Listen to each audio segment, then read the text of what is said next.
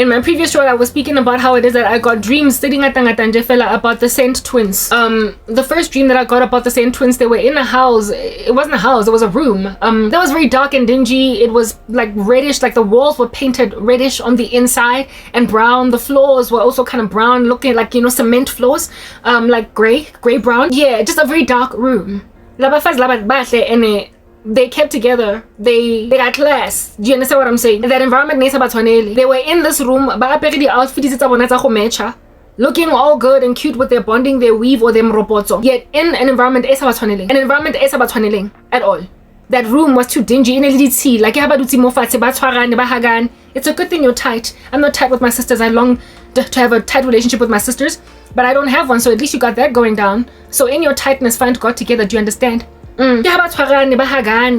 Bali too, they have this conviction. Looking around in this room, understanding that they were like nervous, trepidatious, like, you know, biting fingernails and everything. Bali mo cunning of this dirty room. And for me, it's like y'all could have just stood up with all your pretty, walked with all your guai, slipped your weave with all your fabulosity and just gotten out of that room, but they didn't get up. What was that room? Room of deception. Hey, Lama twins, they are aware that they are deceiving people and they're scared of God. Mamelangne girls, I'm here for you. If you're listening to me, which is unlikely.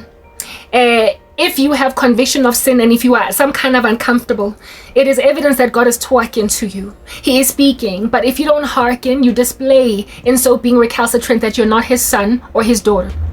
So right now, you are convicted, or you are bringing people on your podcast that are bringing in lots of subscribers, lots of views for sensational shock factor, but you have tarried from your first love. You remind me of the church at Ephesus.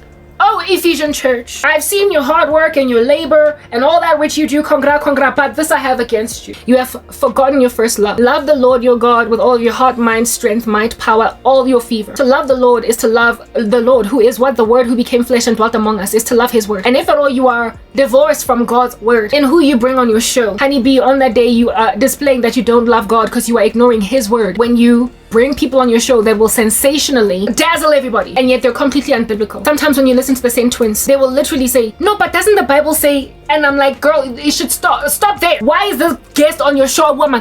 Why?